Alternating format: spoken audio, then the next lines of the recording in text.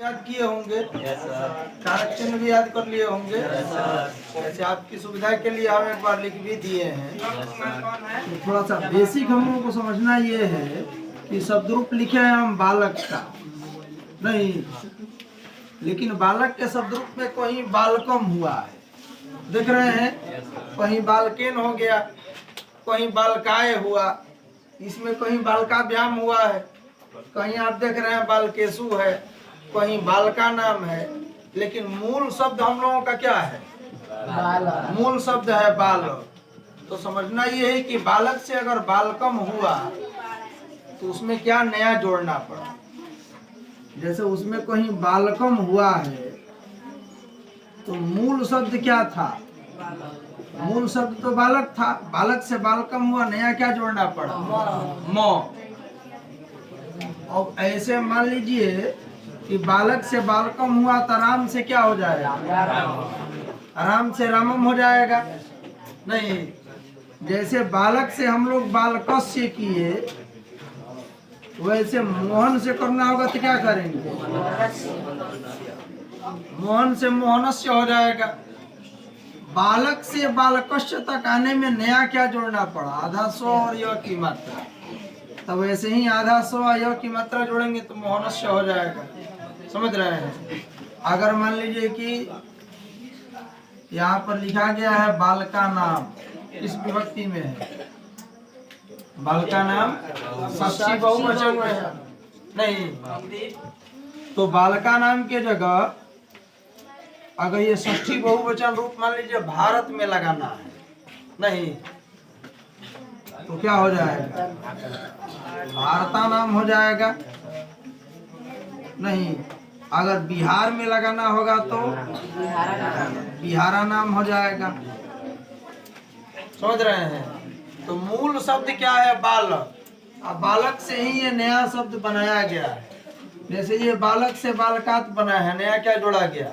आकार की मात्रा और तो हम लोगों को भी नया अगर जोड़ना होगा तो आकार की मात्रा और तो जोड़ेंगे नहीं। यहाँ पर क्या है? बालकेन है, तो यहाँ क्या नया शब्द जोड़ा गया? केन नहीं, यही तो समझना है। केन नहीं जोड़ा गया, को पहले से था, केवल ए की मात्रा और न। ठीक है, ये बात समझ गए सब लोग? अब देखिए, जैसे मान लीजिए हम यहाँ लिख दिए विद्यालय को, ठीक है।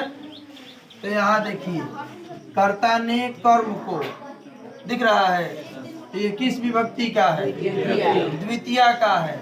तो बालक के द्वितीया में आएंगे हम लोग, क्या मिलेगा? बालकम मिलेगा। ठीक है, तो विद्यालय को, ये भी द्वितीय विभक्ति है, तो इसका संस्कृत क्या बनाएंगे हम लोग? जैसे बालक से बालकम हुआ वैसे विद्यालय से क्या होगा? विद्यालय कम नहीं होगा, विद्यालयम।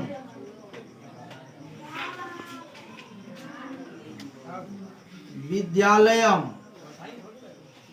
इसलिए कि बालक से बालकम हुआ तो कम नया नहीं ना जोड़ा गया है। क तो पहले से है, केवल म जोड़ना पड़ा।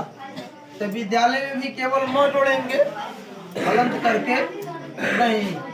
अब जैसे मान लीजिए है कलम से, तो कर्ता ने कर्म को कर्ण से, संप्रदान के लिए अपदान से दो जगह मिलेगा आपको। एक द्वारा में से मिलेगा, एक अलगाव में मिलेगा। तो द्वारा वाला से, कर्ण वाला से द्वारा का, तो कलम से लिखना है तो कलम के द्वारा लिखेंगे, कलम को अलग करके लिखेंगे। कलम के द्वारा, कलम को अलग करके तो लिखेंगे नहीं। तो ये कलम से जो लिखा गया है ये कर्ण वाला है, तृतीया। अब आप आ जाइए बालक के तृतीया में, बालकेन। तो बालक से बालकेन हुआ, नया क्या जोड़ा गया? बालक शब्द था, बालकेन हो गया। आप क्या करेंगे? कलम लिखेंगे, ए और न जोड़ेंगे तो कलमेन हो जाएगा। ऐसे ही मान लीजिए बनाना है हमको मोहन का, मोहन का, तो इसका कारक चिन्ह को इसमें खोजेंगे कहाँ मिले, तो संबंध में मिलेगा। संबंध में मिलेगा मतलब षष्ठी विभक्ति नहीं, तो अब बालक के षष्ठी में आ जाएंगे बालकस्य, तो मोहन का षष्ठी क्या हो जाएगा? मोहनकस्य नहीं, मोहनस्य। अरे समझ में? ऐसे मान लीजिए और कोई है ज्ञान के लिए, ज्ञान के लिए, एक के और लिए अलग अलग नहीं है, ये दोनों एक ही में है। के लिए, तो के लिए किस में आएगा? के लिए आएगा संप्रदान में, चतुर्थी में। अब आप सीधे आ रही है बालक की चतुर्थी में, तो बालक की चतुर्थी में क्या है? बालकाय है। तो ज्ञान की चतुर्थी में क्या होगा? ज्ञानाय हो जाएगा।